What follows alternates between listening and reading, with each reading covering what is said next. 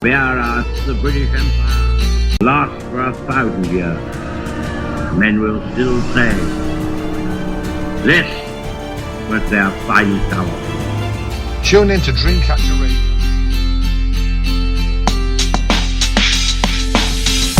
Mr. Know-it-all, well, you think you know it all, but you don't know a thing at all, ain't it? Ain't it something, y'all, when somebody tells you something about you, think that they know. At 2 p.m. I suggest you put a nappy on, because you will not like what I've got to say. Never give in. Never give in. Never, never, never. In nothing, great or small, large or petty, never give in except to convictions of honour and good sense. I look at the events of the week, what's happened, what's going to happen, what we can or can't do about it. Be under no illusion, we, the people of the world, are under attack from the elites, and I intend to expose each and every one of them, regardless of the personal cost. We play some great tunes and we have a lot of laughs. Dreamcatcherradio.co.uk. The Englishman in Sweden, Michael Dean, otherwise known as Mr Marmite. If you listen, you might understand why. You'll love me or you'll hate me. Never in the field of human conflict was so much owed by so many to so few. Drag and are a planning decision, so I'm not going to comment on that. But let me take on your question directly. We are using the North Sea, and we've taken action to ensure that existing oil and gas fields can be used for their lifetime. But Trevor, implicit in your question is, with the greatest of respect, a complete misunderstanding. Because new drilling in the North Sea will not take a penny off people's bills. It's not just me. Just a second. It's not just me. It's not. It's not. It's not just. It's just. It's not. No, but which you're doing. No. But no. Hang on a minute. It's hang on a minute. It's really important that we have this discussion because some people want to go around and pretend that if we drilled more, prices would go down. That is totally false. Don't take my word for it. The last government said it was totally false. What? Half of our gas from Norway. We're putting our hands in other suppliers. Ourselves in hands of other suppliers. Trevor, are you, if I may ask respectfully a question, are you disagreeing with this point on price? I don't have a view about it. I'm simply saying, why don't you draw on our own resources? Well, we are drawing on our own resources. We are drawing on our own resources, and new licences, which is the thing that people have an argument about, would make, according to the independent authorities on this, make no material difference. The point is, if we learn the wrong lessons of the crisis, we are condemned to repeat this situation. The right lesson of this crisis, unless we have clean homegrown power that we drive for, renewables, nuclear, which we are doing, we're never going to get off this fossil fuel roller coaster. And that is the truth. And what I'm not going to do in this crisis is let our political opponents try and pull the wool over people's eyes and draw the wrong lessons. Edmund Van, I wish we could carry on with this conversation, but I know you've got to go. Thank you very much for your time this morning. And the truth is, Ed Miliband is an absolute nut job. Good afternoon, world. Welcome to Dreamcatcher Radio with the Englishman in Sweden. Kicking off with a bit of propaganda.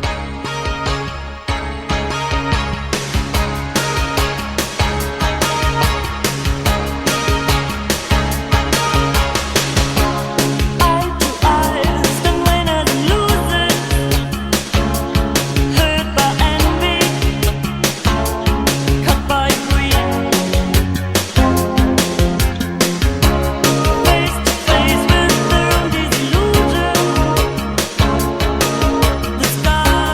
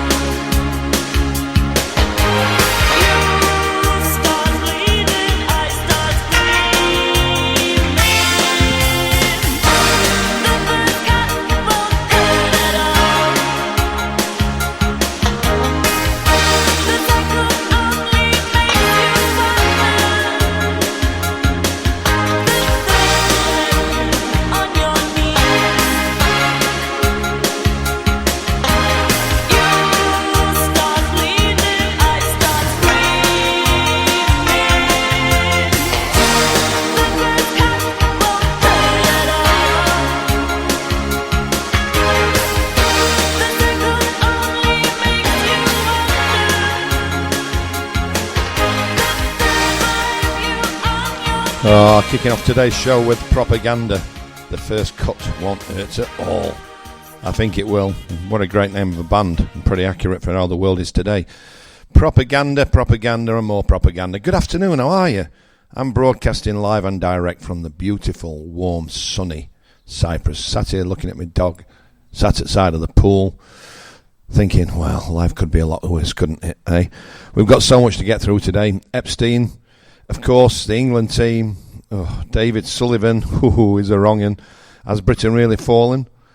We're rejoining the EU. They're going to get rid of the pound note. They're going to get rid of the quid. Oh, my God. Rupert Lowe, I've got a nice little thing regarding him. What's happened to Ireland? It's just a full-on show today. And I'm not going to dedicate too much time to Trump because he gets on my nerves, the big fat orange orangutan buffoon. But he's really been embarrassed now, hasn't he? Hey? Does any of my American listeners or American friends, can you do me a favour? Can you have a dig what it is that Netanyahu has on Trump? Because obviously it's quite serious. But before we get on to all these subjects, I want to give a big shout out to the radio owner, Bradley Knight. He owns this station, Dreamcatcher Radio, and he called me just before I came on air. And I think all in Britain were very familiar with this disgusting rape by 3 kids on 2 young girls in Southampton. And there's been carnage because the judge didn't give him any custodial sentences. He just slapped on the wrist, basically. But Bradley, on behalf of Dreamcatcher Radio, he wrote to the Prime Minister, Keir Keir, and the Attorney General, and this morning he got a letter back saying that they were going to reopen this investigation and look at a retrial. So here at Dreamcatcher Radio, we don't just tell you what's happening and what we think's happening. Some of them, like Bradley, acts on it. And Steve Little, if you're listening, mate, congratulations on being the mayor of St Helens. So I rub shoulders with a lord now. But Trump, right? I'm sorry to my American friends, is destroyed so much for you and is just being totally and utterly embarrassed by the Middle East. Have a listen to this. Donald Trump just made a phone call to Middle East leaders. And what happened next is the most humiliating moment of his entire presidency. He told them, and I'm not making this up, if I make this Iran deal, you need to do me a favor. Saudi Arabia, you signed the Abraham Accords with Israel. Qatar, you too, everyone on board. And then silence, dead silence.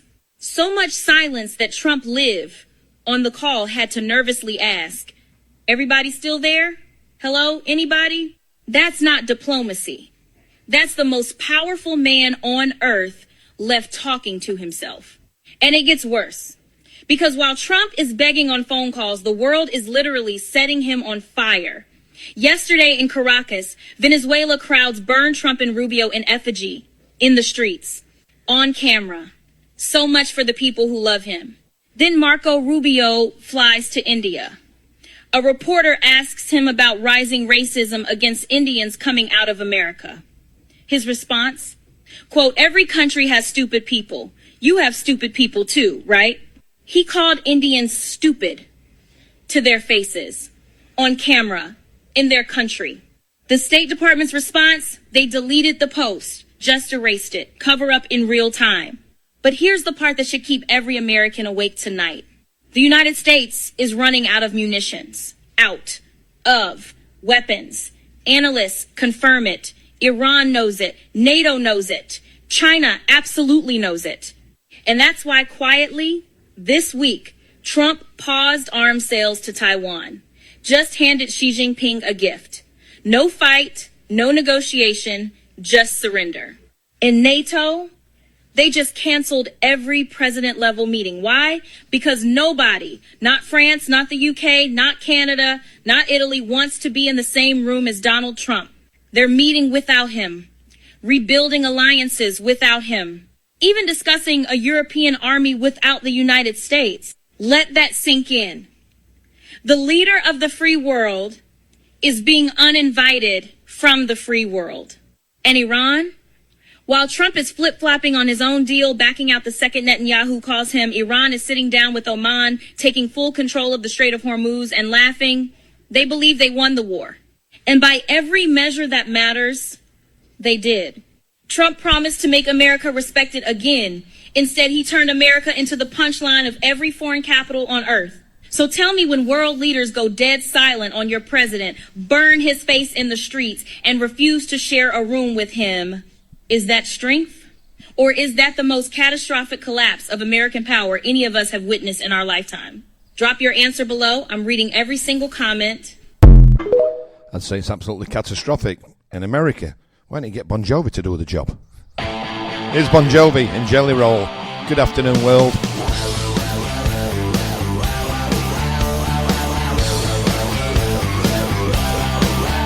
Does the sun still shine on a dead-end street? Will the road still go out of broken concrete? Is there anything left for a sinner like me? I'm tired of talking about someday. All that we've been giving are the dark days. Nothing is forgiven, it's the hard way. Right or wrong, I'm tired of talking about somehow. Wake up and it's welcome to your breakdown. This family tree's got nothing left to prove now. Me and you, we're the living proof.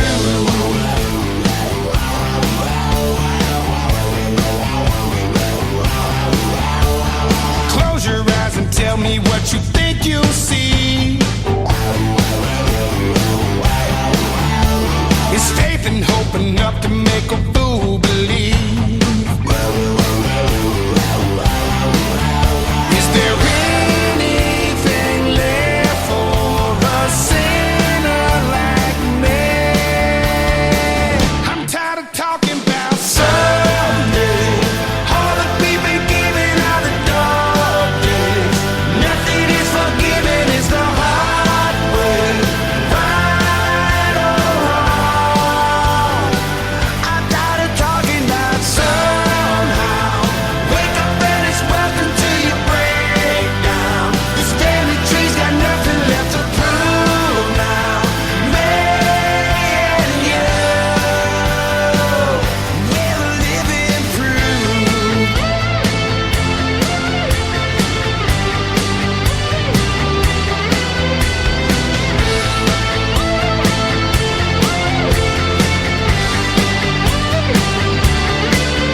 Cause the son becomes a father, then the father is the son. It's a never-ending circle, and the circle's never done. This love will last forever when our footprints in the sand. It's time you understand. I'm tired of talking about someday. All that we've been giving are the dark days. Nothing is forgiven, it's the hard way. Right or wrong, I'm tired of talking about somehow. Wake up and it's welcome to your breakdown. This family tree's got nothing left to prove now. Me and you, we're the living proof. Yeah, yeah. Oh, we're the living proof. We're the living proof. What a great track. Bon Jovi together with Jelly Roll. You know, it's astounding the things that Trump's coming out with now. Apparently, there's been 6 shootings at the White House during Trump's 2 terms, and he's only, 18 months into his, we're going to come up to the midterms in September, so there's already been 6 shootings at the White House, 3 attempts on his life, which I don't think are absolute BS. It's just Trump playing his games, and his games have run out. I mean, the Middle East have washed their hands of him, and unfortunately that means they've washed their hands of you, my American friends and cousins. And the latest one Trump's come out is that Trump's daughter Ivanka, target of assassination plot by Iranian-backed terrorists. Give over, demented Don. I think the one person who sums up Trump perfectly well is a great American comic called Dave Chappelle. Listen. This is Dave Chappelle telling a Saturday Night Live audience who Donald Trump really is. And I want you to remember this when you go to your polling location. Check this out. A lot of you don't understand why Trump was so popular, but I get it because I hear it every day. He's very loved. And the reason he's loved is because people in Ohio have never seen somebody like him. That first debate, I'd never seen anything like it. I've never seen a white male billionaire screaming at the top of his lungs, "This whole system is rigged," he said. And across the stage was a white woman, Hillary Clinton and Barack Obama, sitting over there looking at him like, "No, it's not." I said, "Now, wait a minute, bro. It's what he said." And the moderator said, "Well, Mr. Trump, if in fact the system is rigged, as you suggest, what would be your evidence?" You remember what he said, bro? He said, "I know the system is rigged because I use it." I said, "God damn." No, I never heard someone say something that true. And then Hillary Clinton tried to punch him in the taxes. She said, "This man doesn't pay his taxes." He shot right back. "That makes me smart."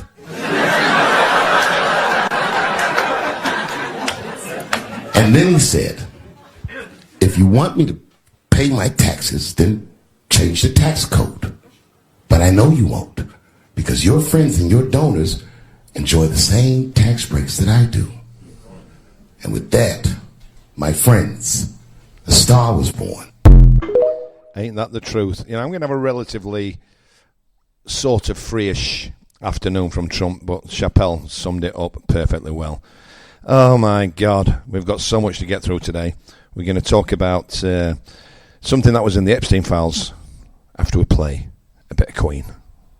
Tonight, I'm gonna have myself a real good time.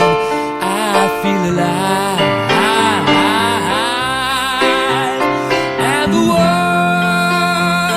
I'm turning inside out. Yeah. I'm floating around in ecstasy. So don't stop me now. Don't stop me, 'cause I'm having a good time, having a good time. A shooting star leaping through the sky like a tiger, defying the laws of gravity. I'm a racing car passing by like Lady Godiva. I'm gonna go, go, go. There's no stopping me. I'm burning through the sky, yeah. 200 degrees, that's why they call me Mr. Fahrenheit. I'm traveling at the speed of light. I wanna make a supersonic man out of you. Don't stop me now. I'm having such a good time. I'm having a ball. Don't stop me now. If you wanna have a good time, just give me a call. Don't stop me 'cause I'm having a good time. Don't stop me yes, I'm having a good time. I don't wanna stop at all. Yeah. I'm a rocket ship on my way to Mars on a collision course. I am a satellite. I'm out of control. I'm a sex machine ready to reload. Like an atom bomb about to explode. I'm burning through the sky. 200 degrees, that's why they call me Mr. Fahrenheit. I'm traveling at the speed of light. I wanna make a supersonic woman of you. Don't stop me, don't stop me, don't stop me. Hey, hey, hey! Don't stop me, don't stop me. Ooh, ooh, ooh. Don't stop me, don't stop me. Have a good time, good time. Don't stop me, don't stop me. Oh!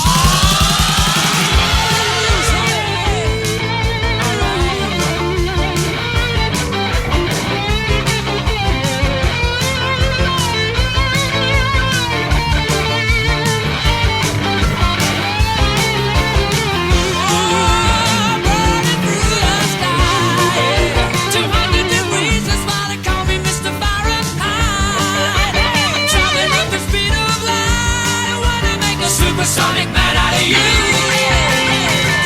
Stop me now. I'm having such a good time. I'm having a ball. Don't stop me now. If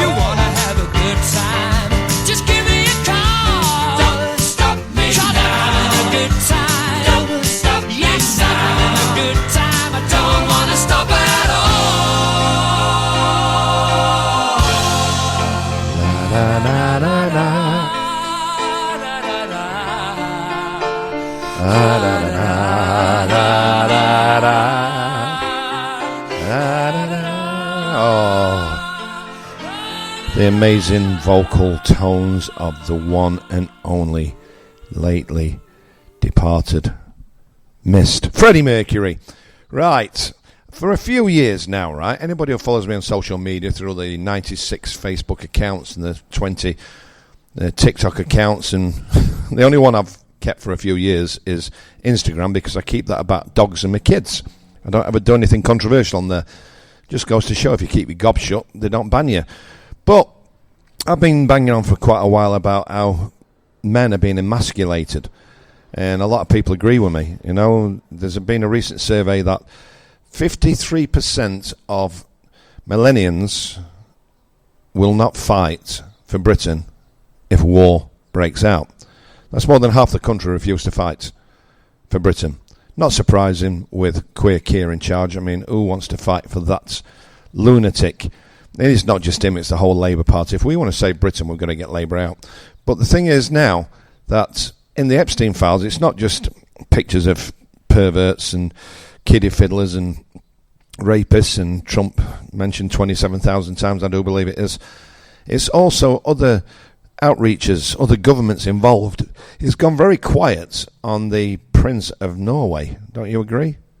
It's gone very quiet on that. There was this big trial because he was charged of rape and sexual abuse and filming when you were asleep and different things, much like these kids in Southampton where Dreamcatcher Radio petitioned the government and Attorney General, and they're getting it retried. They filmed it and put it out on social media, and thousands upon thousands upon thousands of people watched it, which is absolutely disgusting and degrading. But I think this little interesting snippet from what was found in the Epstein files is very interesting. Have a listen. Watch this.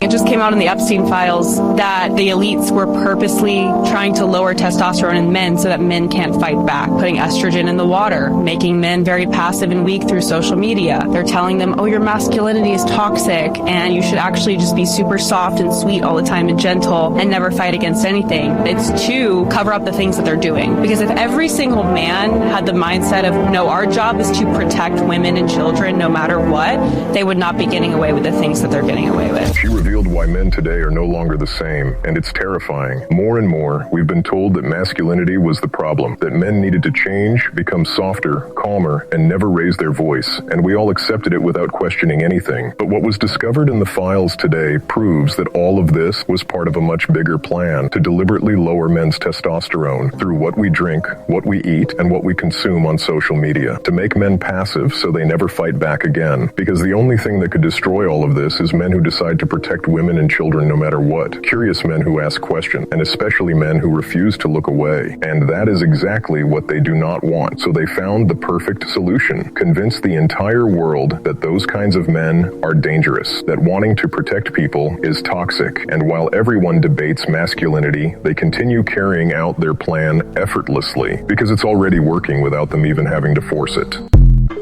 I've said for years, I will fight for my children. I'd fight for my exes.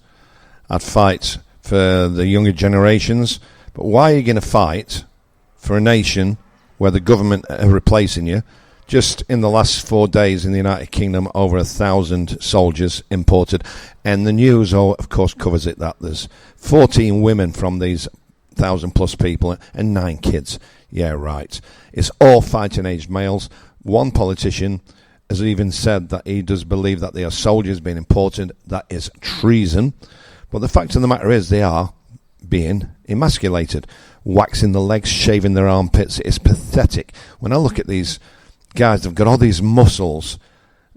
You know, they spend their life in the gym. They won't know how to throw a right hook. They won't know how to defend anybody, let alone themselves. We have been emasculated over a few years, well, a few decades actually. And it all ties in together with the Agenda 2030 programme. People can call me a conspiracy theorist, can call me what they want. I don't care. I'm past caring. I'm old. I've lived. I've been around the world. I've loved. I've lost. I've just had a brilliant time. There's ups and downs, and I've had a brilliant life, so I'm not complaining at all. But now that I'm in Cyprus, if the North try to invade this side, I will fight for Cyprus.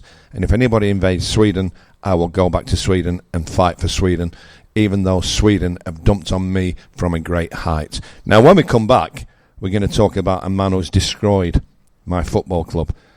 king of soft porn once upon a time and Victoria's Secrets. Girlfriend killed herself.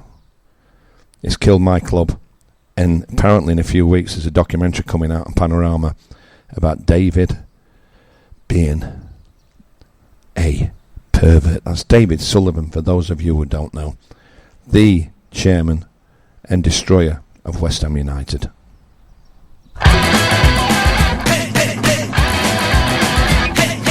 Life is the same and it always will be.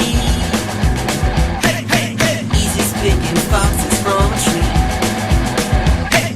But I can't get no satisfaction. All I want is easy action. Stern as a lamb with the thoughts of a tiger. Moves like a cat and knows that I ride her. I can't get no satisfaction. All I want is easy action, baby. Hey, hey, hey. Stroll on. I can't get no satisfaction. All I want is easy action. Woman from the east with a headlight shining. Ease my pain and start my crying. I can't get no satisfaction. All I want is easy action, baby. And on my head will keep me smiling. My wondrous walk on my telephone dialing. I can't get no satisfaction. All I want is easy action, baby. I know it's true, she's a dude, but all I want is easy action. I know it's true, she's a dude, but all I want is easy action. I know it's true, she's a dude, but all I want is easy action, baby. Stroll on.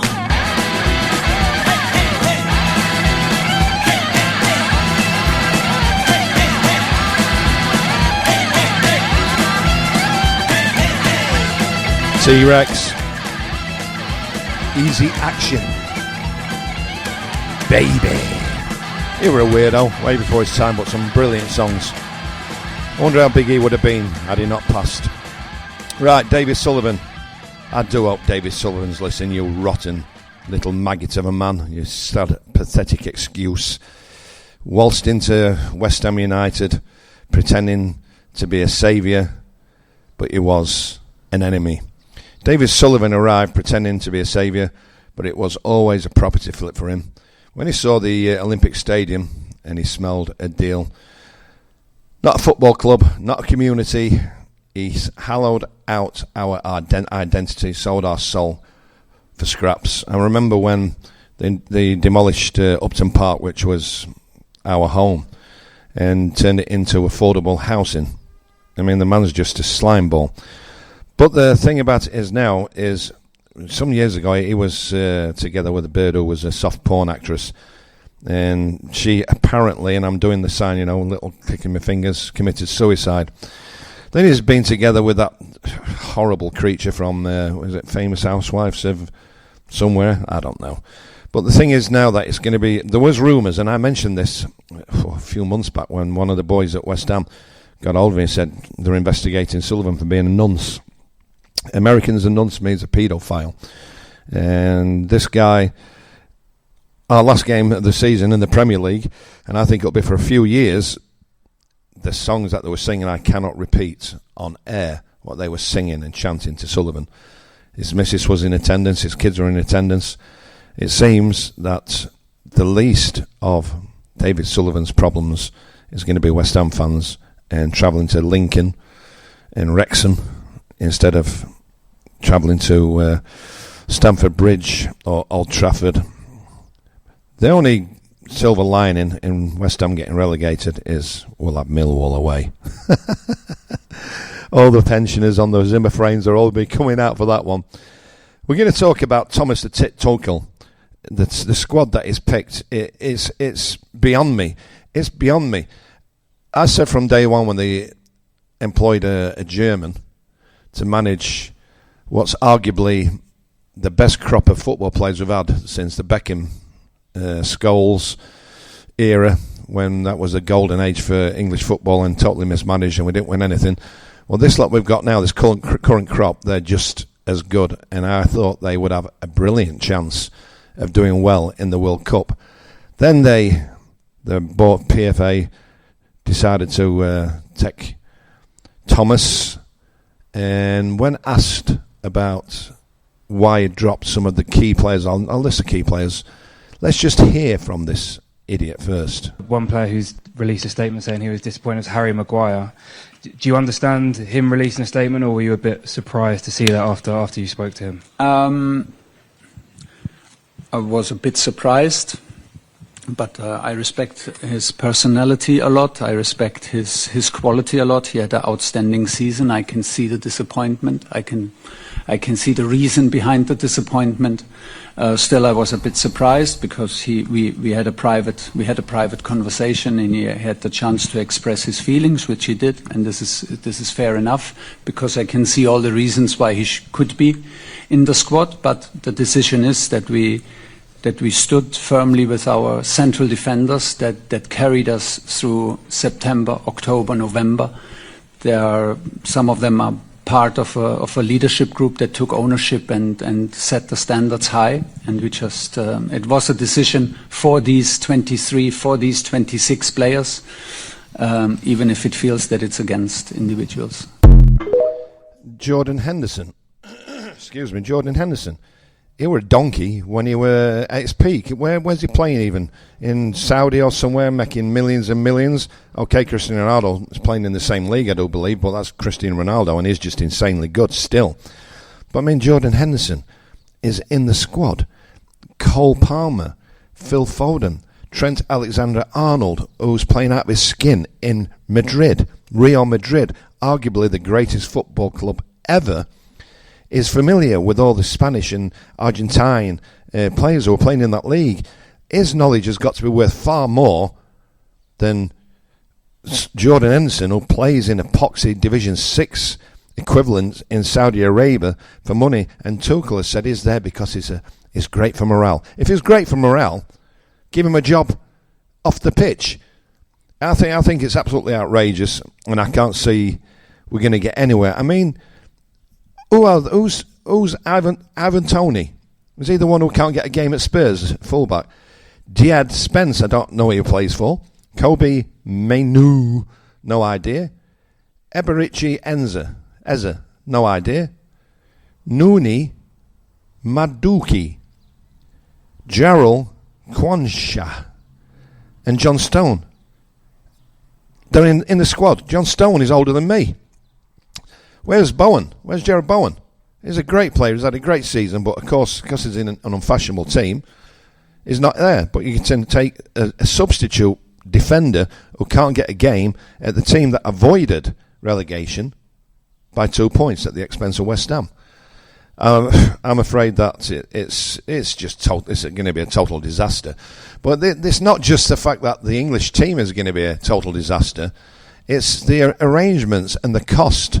So I think anybody with any sense is going to bypass going to the World Cup. First of all, half of us won't be able to get in because if you're a proper football fan and you've been involved in crowd disturbances, you've got a record probably, so you're not going to get in. If you've said anything dodgy about Donald Trump, they're not going to let you in. And I'll say it now because I'm not going, Trump's an idiot. But I mean, it's what's going on. The hotels, 5 million empty rooms. This was going to be the biggest, the best, the boldest World Cup ever, and it's an absolute and utter total disaster. And listen to this. The 2026 World Cup is going to be an absolute disaster for regular, everyday sports fans, because they're about to force you to pay nearly a 700% markup just to physically get your body to the stadium. So if you plan on going to any of the 8 matches at MetLife Stadium for the World Cup, you are about to get absolutely fleeced. First and foremost, they're not allowing any on-site parking at the stadium or even tailgating for some reason. And if you wanted to drive, your only option is to park at the mall next door, who is charging $225 per spot and they're already almost sold out. Not to mention for the European fans who fly in thinking that the USA is just like Europe and every city is super walkable, good luck. MetLife sits on a literal swamp and is surrounded by highways. You are not walking to this place. So really, all these fans are left with one option. Take the New Jersey Transit train from Penn Station. Now, normally this train ride would cost you about $12.90. Let's call it $13. But for the World Cup, New Jersey Transit had a little bit different of an idea. Why charge $12.90 when we can charge over $100 for an 18-mile trip where there's no discounts for children or seniors or anybody? You are paying over $100 no matter who you are. And the reason why they're doing this is even more insane than I thought, because they're saying they're charging these prices to cover up to $48 million in event costs. But if we really look deeper into this, the math ain't math, because FIFA is supposed to make, around $11 billion for the World Cup this year, which is a 56% increase since Qatar. And they're pulling in over $4 billion in broadcasting rights and $2 billion in sponsorships from places like Coca-Cola and Visa. And this $48 million transit bill is 0.05% of the entire money that FIFA is going to make. But because FIFA writes their own hosting agreements, they force these host cities to cover the ground costs. So instead of dipping into their record profits or using any of these hundreds of millions of dollars of federal grants that they've given out, they've now just passed this bill onto the fans. Oh yeah, and to pull this all off, they're locking out all the regular commuters from Penn Station for up to 4 hours on game days. But who cares if you take the train to work from Penn Station, because they're giving them a 20% discount. How nice is that? At the end of the day, I get it. Business is business, for sure. But I mean, this is blatant price gouging.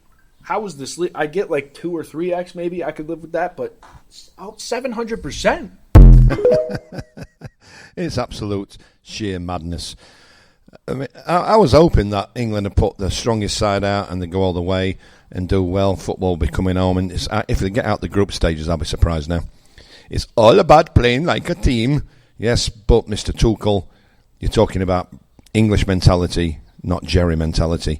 Germans always play as a unit. That's why they've been so strong and why they're always so strong in European Championships and in World Cups and in the Champions League, because when one player drops out, the system has provided a replacement for him and a replacement for him and a replacement for him who all play in the same system. So you don't need to change the system.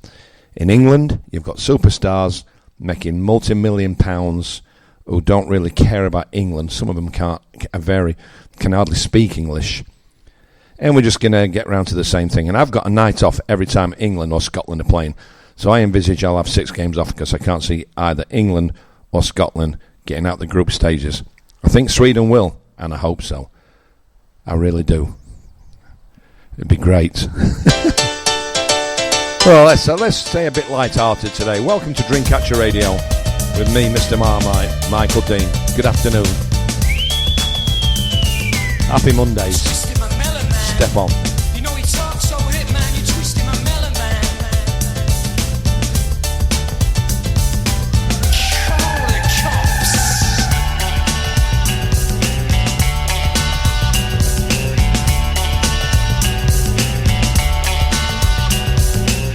Hey, Rainmaker, come away from that man. You know he's gonna take away your promised land. Hey, good lady, just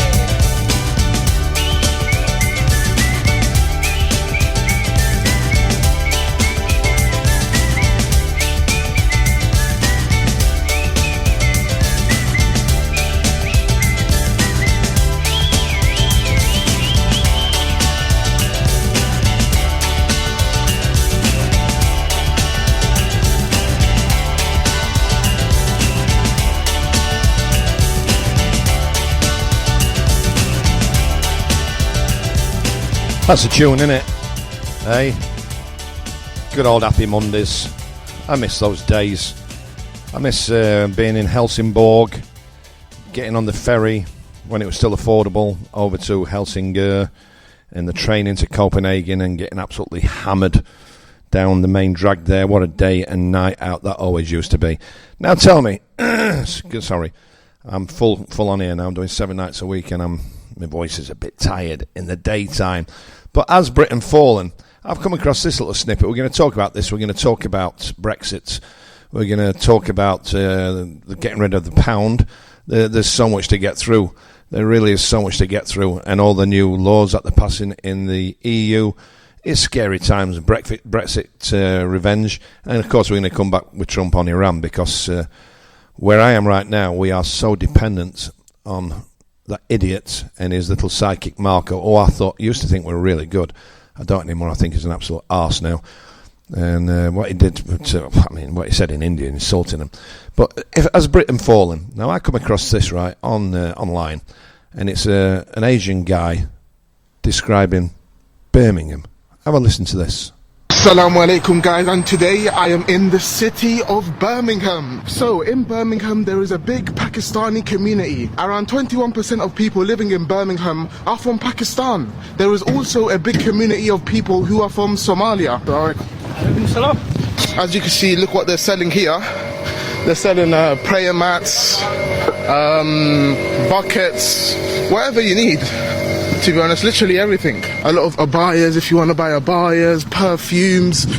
I like this. I actually love this. So beautiful to see. So right now, I am walking through the streets of Birmingham. Take a look at this scene. Does this look like the United Kingdom? How many English people are you seeing? Unbelievable what has happened to the United Kingdom. Unbelievable. Birmingham, you know, it's very, very cultured. As you can see right now, there's a lot of people who are from Somalia, a lot of people who are from like North Africa. Shawarma for £3.50. I haven't seen shawarma for £3.50 ever, so I'm gonna get some right now. Assalamu alaikum. كيف حالك؟ الحمد لله. أعطيني شاورما دجاج صغير £3.50. Wow, I haven't seen a shawarma that big in my life. It's so massive. So right now I'm going to be having the shawarma. It looks so good, but I'm feeling chicken today. I'm not feeling lamb, but they do get some pork. Get some pork, mate. It goes on like that for a while, but it's just an insight of to our major cities and towns have fallen to Islam, and we really have fallen. It's shocking. Last night when I did my gig, I was talking to I noticed this lady first because she was well tidy. And they were from the East End of London. And, of course, I've spent so much time in the East End of London, I know it, and we were talking about different areas. And she said that the East End's gone, which I know from last year when I was doing Christmas shows, it's just total shock how filthy it is and how it's fallen. Apart from when you go into Canary Wharf, I was singing year before, I was singing in Star of the East, a big, old, traditional, famous boozer in the East End of London. And about a 5-minute walk from there, there's Canary Wharf. Now, in the East End of London, there were trash. I saw half a dozen rats just run across the pavements in front of me. And it was just pure filth. I didn't see or hear an English face or voice. And then you crossed into Canary Wharf, which is where all the wealthy people live. And guess what? Even nice flower beds arranged. The grass and lawns cut beautifully. It was like stepping into a different world, crossing over a road. Dogs, police dogs, sniffer dogs, sniffing for drugs. A high police visibility in the Canary Wharf because it's fancy there. And it's where most tourists go, so they don't want them to go to the East End. They don't want them to go to Birmingham. They don't want them to go to Bradford. They don't want them to go to Sheffield, Doncaster, Leeds, Manchester. All these places have got areas which they try and spruce up. Anywhere where there could be tourists and it's going to be a bad image for Britain or England, they spruce it up a bit, certain areas. But you can't spruce up. You can't polish a turd. And London has fallen, as has Birmingham. And this guy is like really proud about, the diversity of culture. He does not mention once anything about any English people because there are none.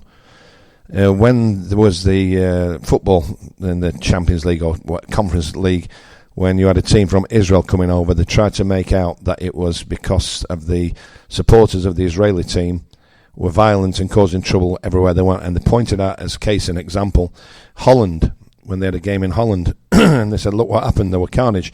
The fact of the matter is they were attacked. The Israeli fans were attacked by Islamic gangs. And it was an MP in Birmingham who said, we don't want these people in our city because of the dangerous. The fact of the matter is, he probably saved lives, because the Islamic fruitcakes, that's what they are. The fruitcakes are absolute and total idiots. And I'm afraid that it's not just Labour that's done it, is it? It's the Tories before them. I don't know what the answer is. I don't know who we can call to save Britain. If I had my choice, it'd be Rupert Lowe from Restore, but that's going to be a vote splitter away from the demon known as Farage. I personally now think the Tories have learnt a lesson. Maybe they should try and get Rupert with them, put Farage out of business, because he's a clear and utter danger to the United Kingdom. He's a mini Trump, and you've got to keep Reform out, because he will privatise the country and destroy it. Labour will never be in power for 4 or 5 generations. They've done that much damage. That's just my little personal opinion on it. We've got so much to get through, but look, first of all, starting in June, Brothers is doing on his show is actually personally sponsoring a civil trial against one of the groomers in grooming gangs. And Rupert Lowe's report is coming out now. Rupert Lowe, he's the leader of Restore, is a very, very astute man, but he has some policies I don't agree with. Again, he's jumping on the bandwagon, blaming immigrants for everything. But unfortunately, a lot of the problems in our country, as with Sweden, what we're going to talk about a little bit later, are down to immigrants. But he did a GoFundMe page and raised £750,000 so he could do an independent inquiry into the grooming gangs. And Brothers is going to serialise it, and this is the trailer for it. I'm looking so forward to it. Brothers and Steve, the station manager, 2 top men. And Brothers puts his money where his mouth is. And listen to this. Was Keir Starmer responsible for a blunder that saw thousands of child rapists escape justice? That investigation should have led to serious charges of child rape on a pretty industrial scale. But that job was closed down deliberately by Greater Manchester Police. With the grooming gangs, it's almost like a mafioso-style situation. Well, this is where I think the warning notices come in, because those get handed out and then an investigation can be passed. Well, I had an idea what's going on because the police know what's going on. They've been told by the senior officers to leave it alone. She was a child, he was an adult. My child didn't deserve to die like that. This makes stuff go away. Are they a cover-up tool? These are inadequate. They're seen as a disruption. You got to do something about this. That's why I did what I did in the Crown Prosecution Service, because I could see what the problem was. He's not the Director of Public Prosecutions anymore. He is the Prime Minister. People want to know. Oh my God. Oh. Do we actually have those in London? I'm unclear, Chair, what is meant by the question. If you could spell it out, I can answer. The government were not prepared to do anything about it. The crowdfunding raised £750,000 because the public knew how serious this was. But Rupert Lowe stepped up and created a crowdfunding to start an investigation. The crowdfunding raised £750,000 because the public knew how serious this was. We believe that the content of the report needs to be aired far and wide and will be taken apart bit by bit on Brothers Lounge. Coming soon here on Dreamcatcher Radio. Tell us the truth about grooming gangs, Prime Minister! Don't miss it. It's going to be epic. I mean, when Brothers gets his teeth into something, he gets his teeth into it, and Steve just the same. And it is a good face representation of reform. I don't even like saying that word. I can't stand Nigel Farage. But when we come back, we're going to have a word from Ant Middleton. Talking about Manchester, for me, the finest band that ever came out of Manchester, The Verve. I am sorry. Sorry for what was done to you. Sorry that so many people with power failed you. Sorry for having believed Mandelson's lies and appointed him. And sorry that even now you're forced to watch this story unfold in public once again. But I also want to say this. In this country, we will not look away. We will not shrug our shoulders. And we will not allow the powerful to treat justice as optional. We will pursue the truth. We will uphold the integrity of public life.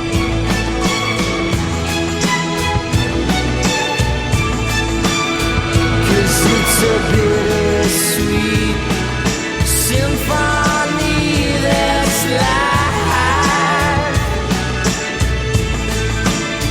trying to make ends meet. You're a slave to money, then you die. I'll take you down the only road I've ever been down. You know, the one that takes you to the places where all the things meet, yeah. No change, I can change, I can change, I can change. But I'm here in my mold. I am here in my mold. But I'm a million different people from one day to the next. I can change my mold.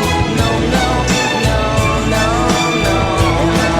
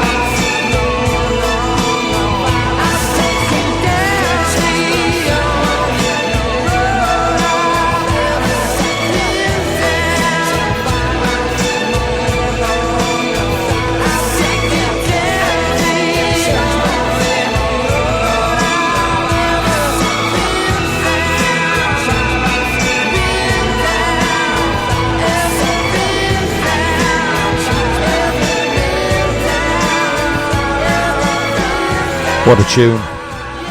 The Verve, Bittersweet Symphony. And I bet you now that Saeed Khan, I bet his little sphinx gland's going 10 to a dozen, knowing that he's going to be exposed, because he knew all about it. You heard him in that clip pretending he didn't even know what a grooming gang was. And Andy Burnham, the so-called saviour of the Labour Party, is Mayor of Manchester, turned a blind eye to that and many other things. Labour is a party of perverts. I'll say it right out and I'll say it clear. There's at least 90 perverts registered in the Labour Party who are MPs. It's a scary statistic. The country's gone to the dogs, as they say. But one man who might be able to save London is Ant Middleton. If you don't know who Ant Middleton is, decorated former SAS soldier. This is 3 or 4 minutes long, but bear with it. It speaks a lot of sense. Here's Ant Middleton. Keir Starmer stood in front of this entire nation and swore he would end the rot. He made you a promise. What he didn't tell you is that while he was making that promise, Birmingham was hemorrhaging £760 million of your money. Croydon had already gone bankrupt 3 times. Bradford's leadership was signing off contracts to their own people behind closed doors. Tower Hamlets was caught rigging votes and handing out public funds like a personal ATM. And Starmer knew every single detail was sitting in government files before he even unpacked his bags in Downing Street. Tonight, I'm going to name every council, every contract, every corrupt decision. And then I'm going to show you exactly why the most powerful man in British politics has chosen to protect the people who stole from you instead of prosecuting them. Stay with me, because what comes next will make you question everything. Birmingham City Council, the largest local authority in Europe, declared effectively bankrupt in 2023 with a financial black hole of over £760 million. £760 million. That's not a rounding error. That's not bad luck. That's the result of years of catastrophic mismanagement, inflated equal pay liabilities that were ignored for over a decade, and an internal culture so broken that senior officers were raising alarms and being systematically ignored. The people running that council didn't stumble into this disaster. They walked into it. With their eyes open, they stayed silent, and they kept signing off decisions that made the hole deeper, while telling residents there simply wasn't enough money to fix the roads. Tower Hamlets in London, a council that has been under independent investigation not once, not twice, but repeatedly over the past 15 years. In 2014, independent commissioners appointed by the government found evidence of vote rigging, intimidation, and the illegal use of public funds for political campaigning. The council leader at the time was found to have made unlawful grants of public money to organisations with no proper tendering process, millions of pounds, distributed to groups with direct political connections to the leadership, bypassing every financial safeguard that existed. And what happened? A slap on the wrist, a brief period of government oversight, and then business as usual. The same structures, the same networks, the same closed loop, just with slightly better paperwork. Thurrock Council in Essex. This one should have been front page news for months. Thurrock's Conservative-led administration invested over £1 billion. £1 billion of public money into high-risk solar energy investments that collapsed completely, leaving the council facing losses of hundreds of millions of pounds and a financial recovery plan stretching over decades. The council borrowed aggressively, made investment decisions that independent experts described as reckless, and the residents of Thurrock are now being told they will be paying for this catastrophe for the next generation. £1 billion gone. And the people who signed off those decisions, most of them walked away with their pensions intact. Croydon Council issued 3 Section 114 notices, that's effectively a declaration of bankruptcy, in the space of just a few years. The council had been spending money it didn't have for years, propped up by internal loans and creative accounting that masked the true scale of the disaster. When the lid finally came off, the deficit was over £1.6 billion. Residents lost services, staff were cut, and the recovery plan imposed swinging cuts on some of the most vulnerable people in South London. But the senior leadership that presided over this for years, where are they now?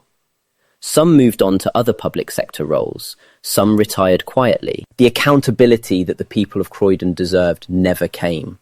Sandwell Council in the West Midlands, this one is personal to me because of what they did to the people who tried to stop it. Sandwell was placed under government intervention after a damning external review found widespread governance failures, bullying of staff, suppression of whistleblowers, and a culture where challenging leadership decisions was treated as an act of betrayal rather than a professional obligation. Officers who raised concerns found themselves sidelined, investigated for spurious reasons, or forced out under conditions of silence. Sound familiar? It should, because it's the same playbook I showed you last time. You know what? If I were a politician, if I were from Birmingham or Croydon or any of these towns and cities that have blatantly ripped off the people, I'd blame it on the boom boom.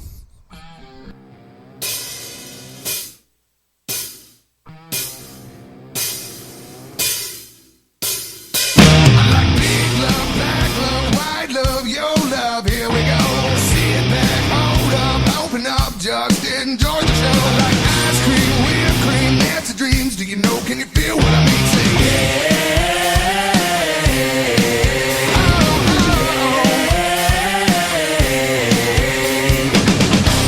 It feels so good and you knew that it was. When we're bringing on the boom boom. And you're so sweet from your head to your feet. When I'm giving you the wake up in the morning in somebody else's room. Blame it on the boom boom. Now see, I would ask you where you like it. Nah, I'm gonna tell you where you gonna get it, see. In the bedroom, the bathroom, the classroom, the last room on the left. In my fantasy next to me, I'm giving you my everything, my very best. Like bad beats, bad seeds, summer heat. Come on, I wanna hear everybody say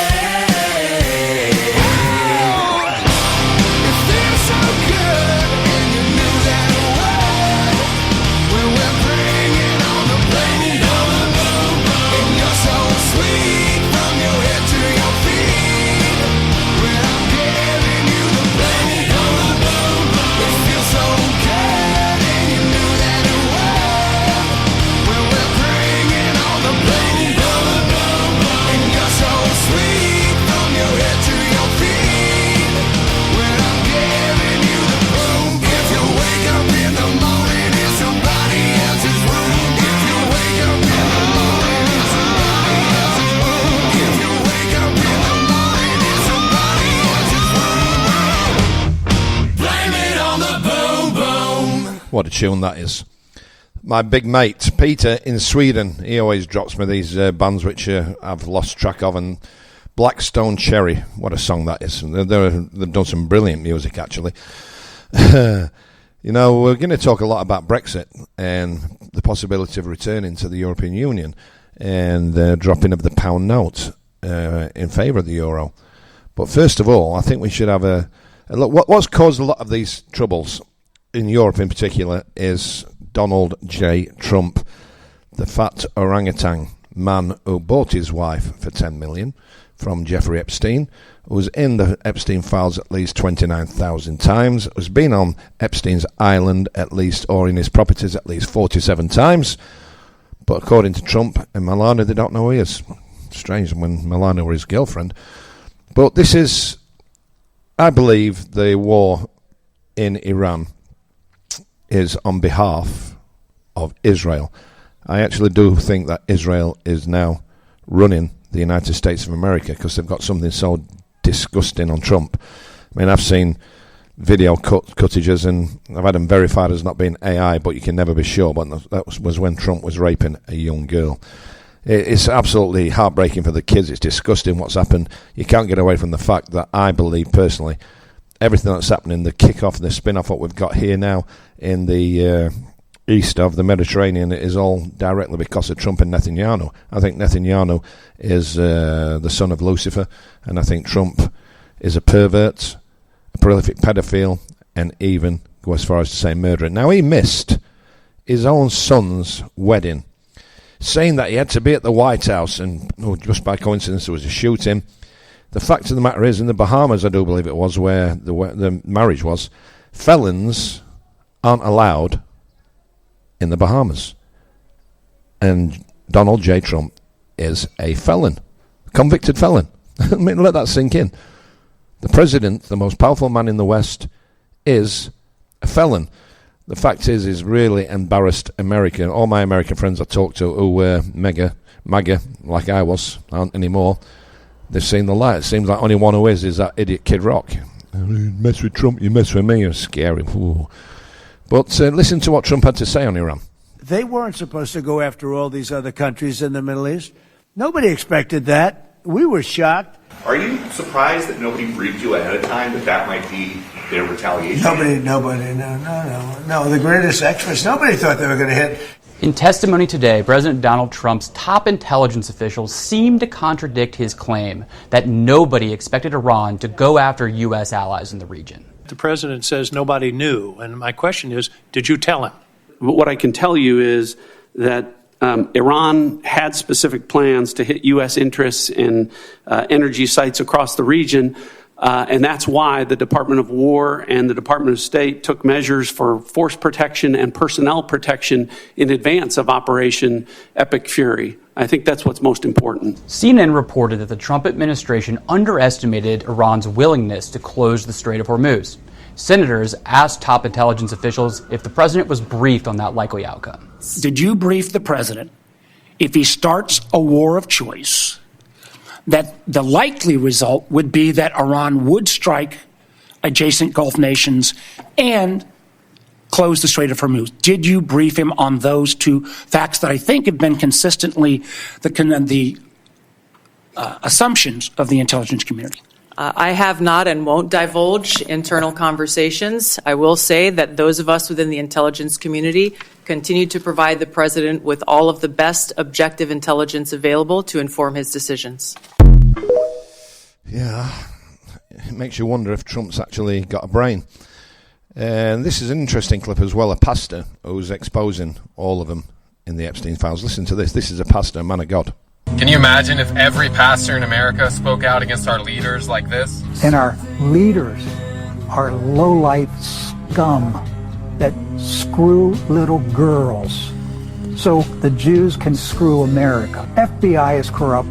The Supreme Court is corrupt. The Justice Department is corrupt. The news media is corrupt. The whole country is corrupt because we've walked away from Almighty God and we've allowed Kabbalah practicing Jews to defile the nation. Put that video out. Go ahead and clip this video and send it out. I dare you. Don't worry, I got you, bro. Instead, we get Zionist shill pastors who are proud about the genocide in Gaza. Israel should make the Gaza Strip a parking lot by this time next week. Destroy the whole thing.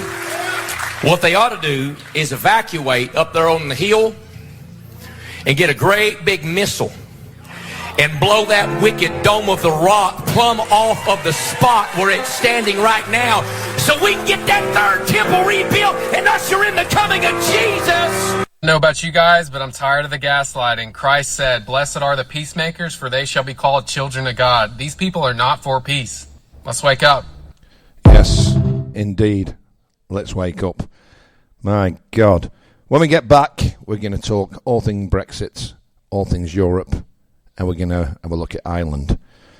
Good afternoon, this is Michael Dean, the Englishman in Sweden on Dreamcatcher Radio.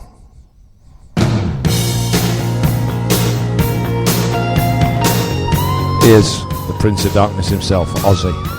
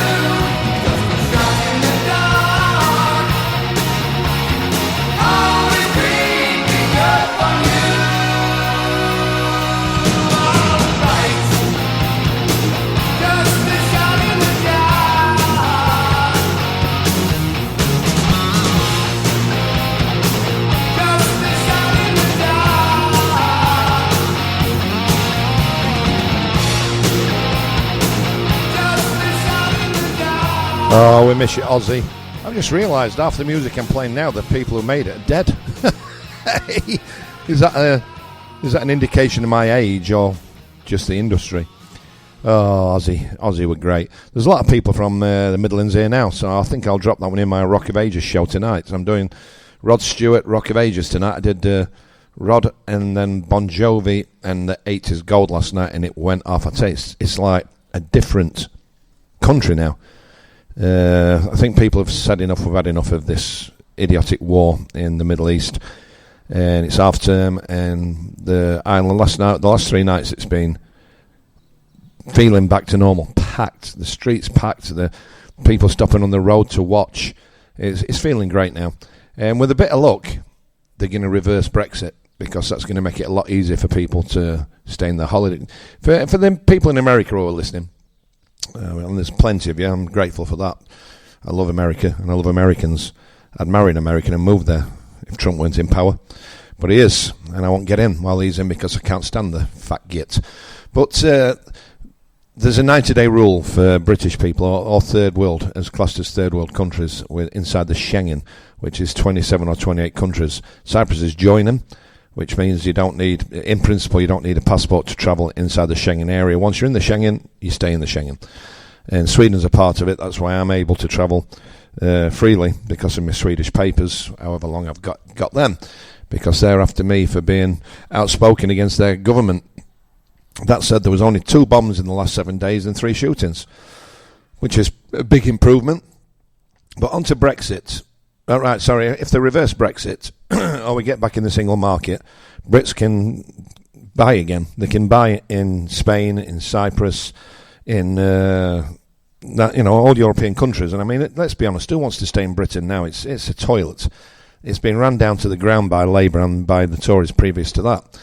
But if you rejoin the EU, Brits can retire. They can bring the wealth. They can sell the house in England and let Starmer and Co. put in Abdul into the house, and they've got the money. They can come and buy a property, and they can live the days out over in the sun.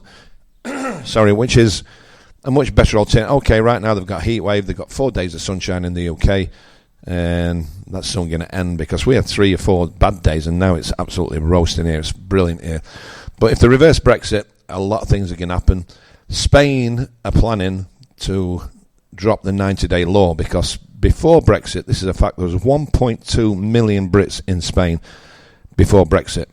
That's down to 250,000. If you go out in Spain or in Cyprus into the bars and the clubs, the people spending the money are the Brits. It's part of our culture to go out and get hammered, literally. And the turnover in the bars and the clubs and the restaurants is down, purely down to the fact that Brits aren't moving to these countries, living there, consuming. All the friends and relatives are coming over. We like to go out. If an Englishman goes out with £100 in his pocket, he comes on with £1 at maximum. If a Scandinavian goes out with £100, they come back with 50.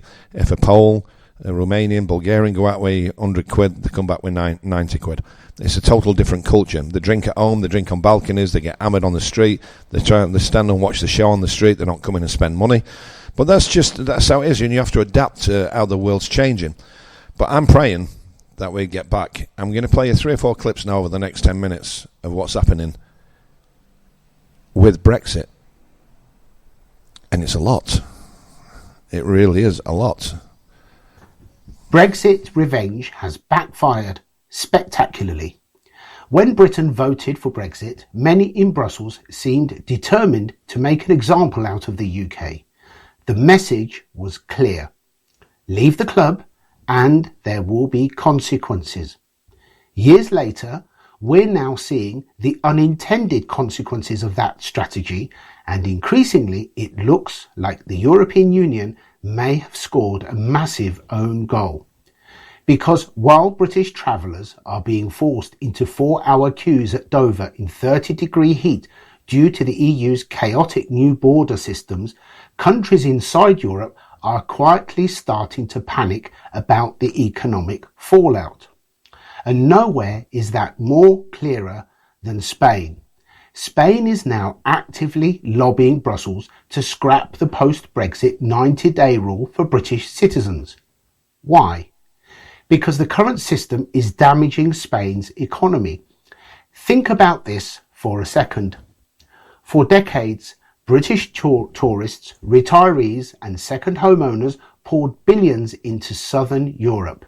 They bought apartments, they renovated villas, they spent money in restaurants, bars, shops and local communities. Entire regions became economically dependent on long-stay British visitors. But now, a British citizen can own a property in Spain and still only stay there for 90 days out of every 180. That means many people simply aren't buying anymore. Others are selling, and many are choosing alternatives outside the EU entirely. That's not a punishment for Britain. That's a self-inflicted wound for Southern Europe, especially at a time when many European economies are already struggling. Germany, once the industrial powerhouse of Europe, is facing enormous pressure on manufacturing. Energy costs exploded after the Ukraine war. Factories are struggling with competitiveness. Industrial output has weakened. Meanwhile, property markets across parts of Europe are slowing. Tourism-heavy economies are nervous and governments are realizing something uncomfortable. Britain leaving did not collapse the UK, and trying to discipline Britain may actually have damaged Europe too. Now, to be fair, Brexit absolutely created problems for Britain as well. There's more bureaucracy, more friction, more paperwork. Trade became harder in many sectors. But here's the bigger question nobody in Brussels seems willing to answer honestly. Why does a trade alliance need to become a political union? Because many British voters were never fundamentally against trading with Europe. They were against political integration, against rule-making from Brussels, against ever closer union. And what Brexit exposed is that the EU often struggles to separate economic cooperation from political control. The attitude frequently appeared to be, you either accept the whole project or you get punished. But that approach may now be backfiring because the world is changing. Countries increasingly want flexible trade relationships without surrendering national control over borders, laws and immigration policy. And ironically, the EU's hardline stance towards Britain may have warned other nations about the cost of over-centralisation. The Dover chaos is another example. The new EU entry-exit system was supposed to modernise border security. Instead, it risks creating massive delays for travellers and damaging tourism. And again, who suffers? French ports, Spanish resorts, Italian tourism, Greek islands. The people hurt most often are European businesses themselves, which raises an uncomfortable possibility. Did Brussels become so obsessed with making Brexit look painful that it forgot to protect its own economic interests? Because if Spain is now begging for longer stays for British citizens, that tells you something important. Economic reality is colliding with political ideology, and reality usually wins. The deeper irony here is this: Britain and Europe need each other, geographically, economically, and culturally.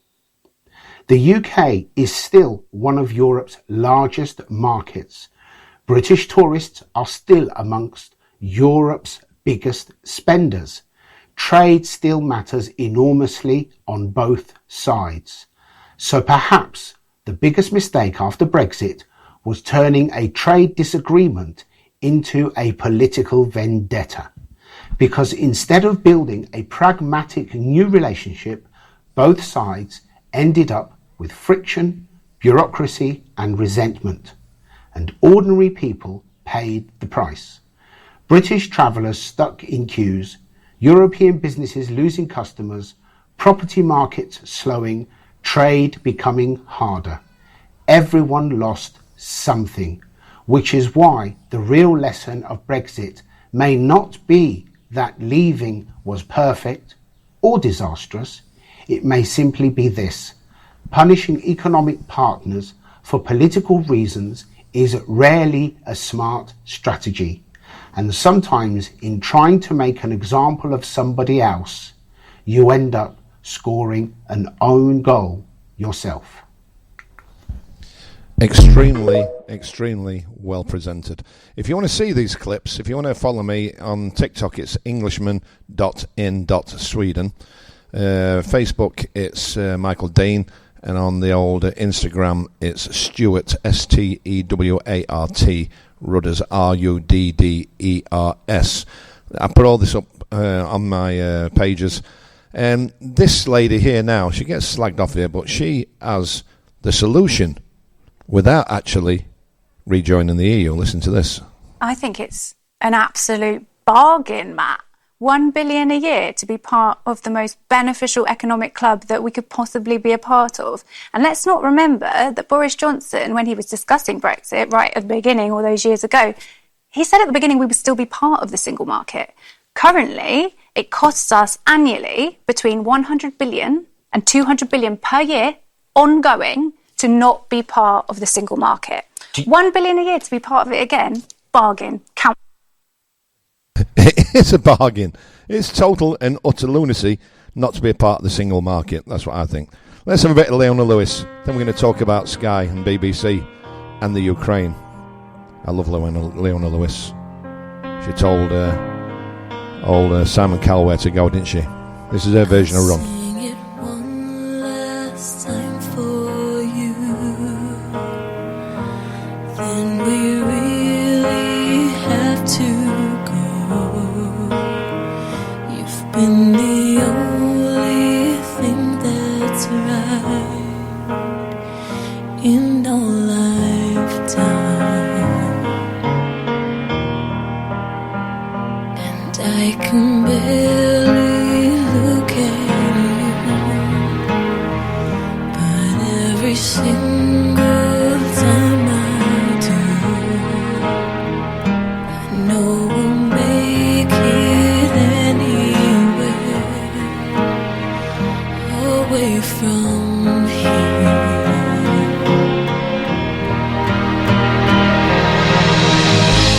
Light up,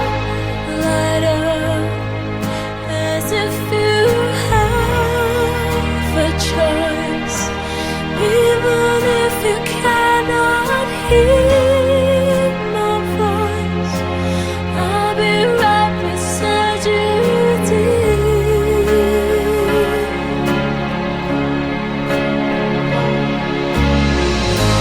Louder, and we'll run for our lives. I can hardly speak, I understand why you can't raise your voice to say. To think I might not see those eyes makes it so hard not to cry. And as we say our long goodbyes, I nearly do.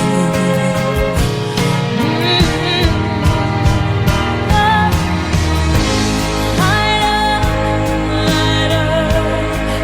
as if you have a choice, even if you cannot hear my voice. I'll be right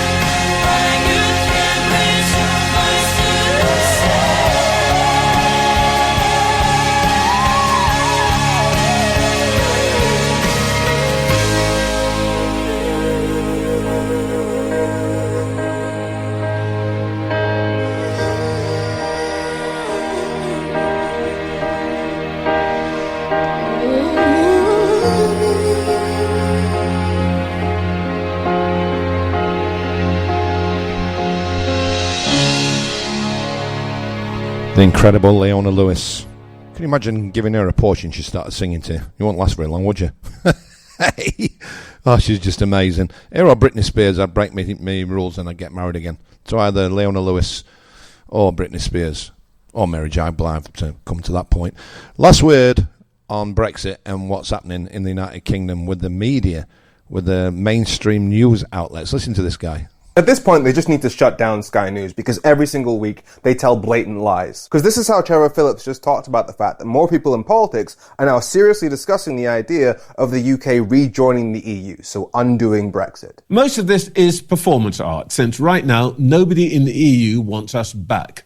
Now, I was worried when I saw that because I thought I was going to have to release some footage that I'm holding on to which shows just how wrong that is, because that's part of a huge project that I'm really looking forward to sharing with you guys. But I don't actually have to, because in the last 24 hours, Sandro Gozzi, the leader of the European Parliament when it comes to relations with the UK, has said that the UK rejoining the EU, so undoing Brexit, would be a major victory for Europe as a whole. That they would make sure that it happened faster than other countries that want to join the EU. Because if even Brexit Britain decides to rejoin the EU, that'll be proof at a historic level that everybody understands that European countries do better if they make laws together. Because it means there's no difference in regulations when products cross the border from one country to another, which means there's no red tape, which keeps costs down. So the idea that undoing Brexit is impossible because nobody in the EU wants us back is a blatant lie. Hell, even Michel Barnier a few years ago, the guy who negotiated Brexit from the EU side, said the door was always open to us. But Sky News is saying that undoing Brexit simply isn't possible, despite literally years of evidence going right up until today. But so I mean, there's not much more you can say about it, really, is there?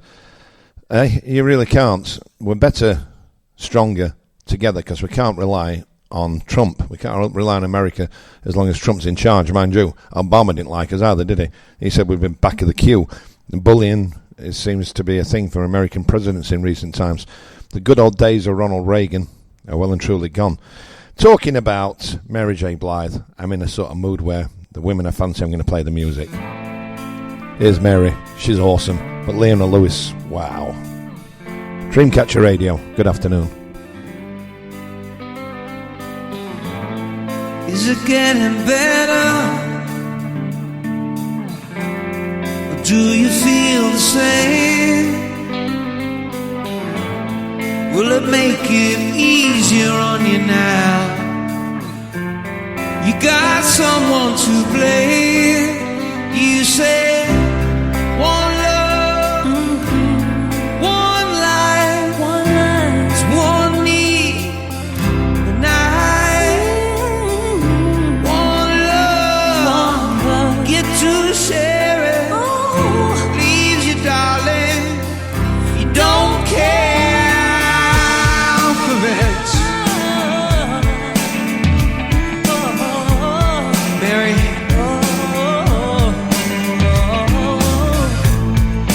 did I disappoint you or leave a bad taste in your mouth? You act like you never had love, and you want me to go without. Well, it's too late tonight to drag the past out into the light. We're one, but we're not the same. We get to carry each other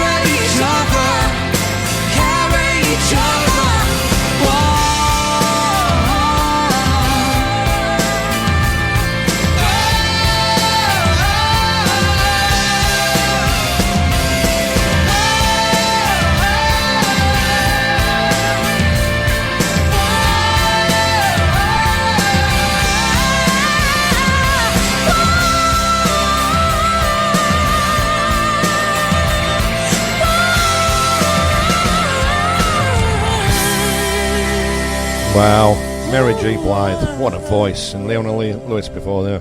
Two of the greatest female vocalists ever. We're running out of time.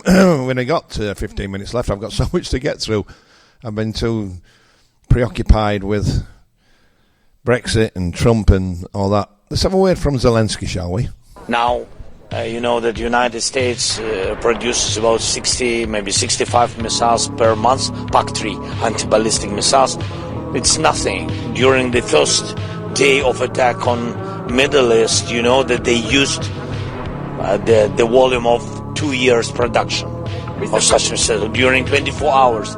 So we need our European independent, strong system, and we will build it.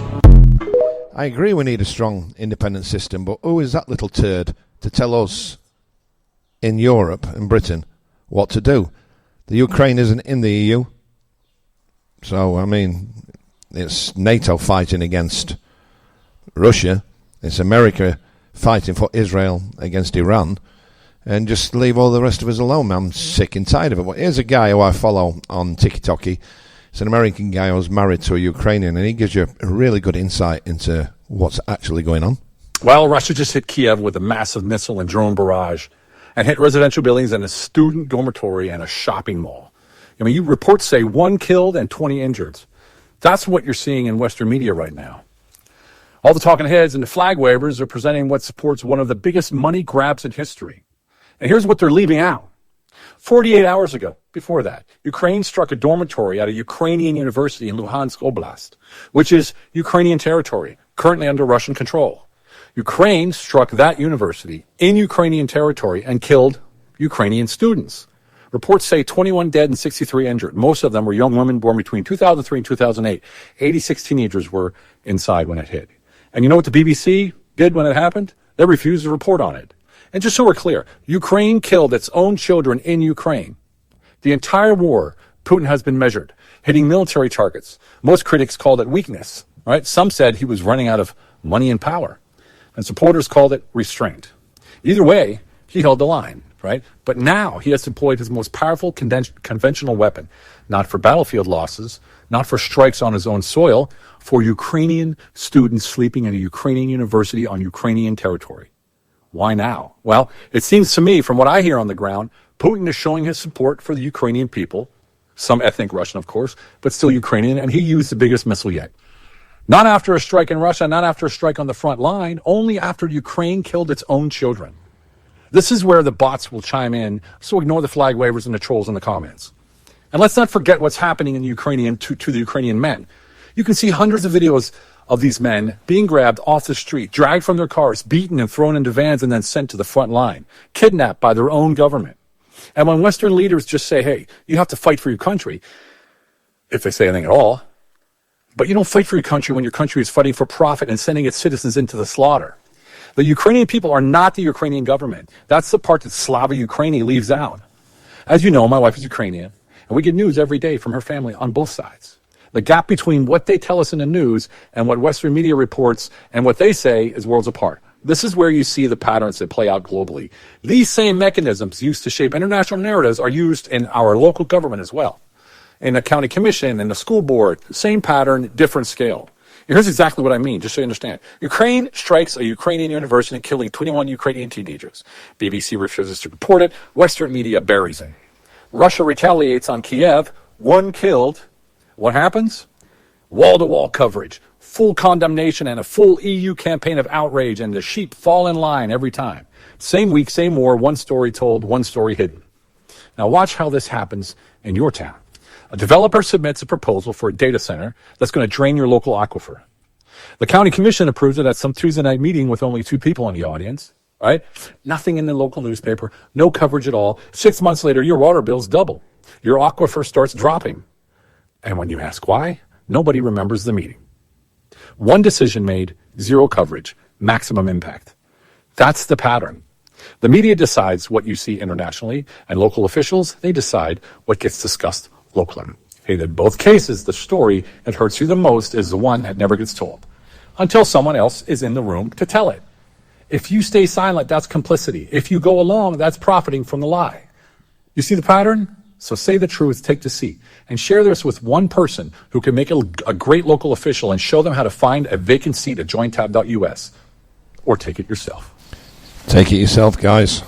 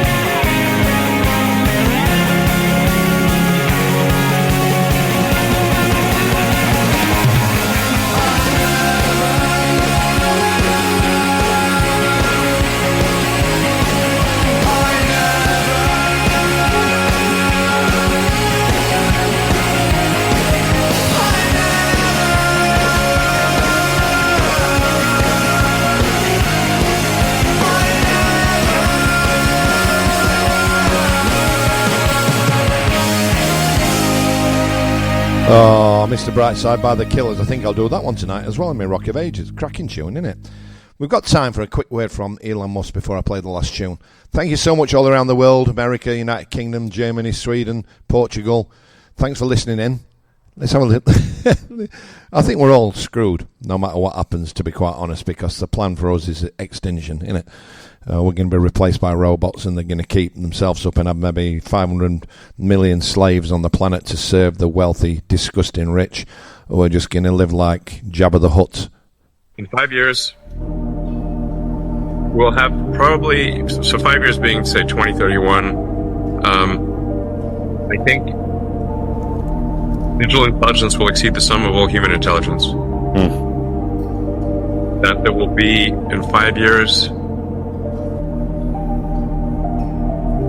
probably, there might be let's say at least 100 million humanoid robots, but maybe 1 billion. I would predict that the economy is probably twice its current size in 5, maybe 6 years. 5 to 7 years.